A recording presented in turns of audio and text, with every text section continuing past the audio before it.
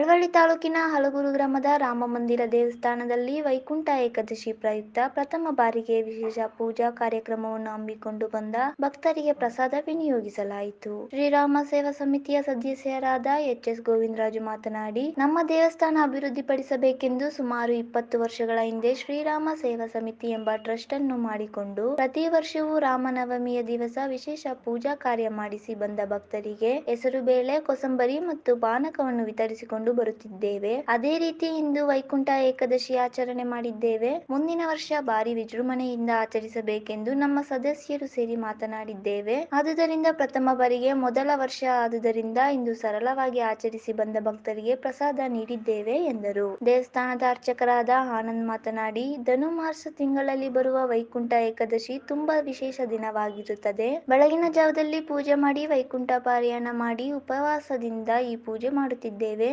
December ತಿಂಗಳು ಪ್ರಾರಂಭವಾಗಿ ಜನವರಿ ಸಂಕ್ರಾಂತಿ ಹಬ್ಬದವರೆಗೂ ಧನುರ್ಮಾಸದ ತಿಂಗಳಾದ್ದರಿಂದ ಬೆಳಗಿನ ಜಾವದ ವೇಳೆ ದಿನನಿತ್ಯ ವಿಶೇಷ ಪೂಜೆಯನ್ನು ನಡೆಸಲಾಗುತ್ತದೆ. ಹೆಚ್ಚು ಭಕ್ತರು ಬಂದು ತಮ್ಮ ಇಷ್ಟಾರ್ಥವನ್ನು ನೆರವೇರಿಸುವಂತೆ ದೇವರಲ್ಲಿ ಪ್ರಾರ್ಥಿಸಿ ಪೂಜೆ ಸಲ್ಲಿಸುತ್ತಿದ್ದಾರೆ ಎಂದರು. ಏಕಾದಶಿಗೆ ಹೆಚ್ಚು ಜನ ಬರ್ತಾ ಇದ್ದಾರೆ, ಆದ್ರಿಂದ ತುಂಬಾ ಜನ ಬರ್ತಾ ಇದ್ದಾರೆ. ಆದ್ರಿಂದ ಶ್ರೀ ರಾಮನಿಗೆ ಅಭಿಷೇಕ ಮಾಡಿ, ಪಂಚಾಮೃತ ಅಭಿಷೇಕ ಮಾಡಿ ರಾಮನಿಗೆ ಸೇವೆ ಮಾಡಿದ್ದೇವೆ ಅಂತ ಹೇಳ್ತಿದ್ವಿ.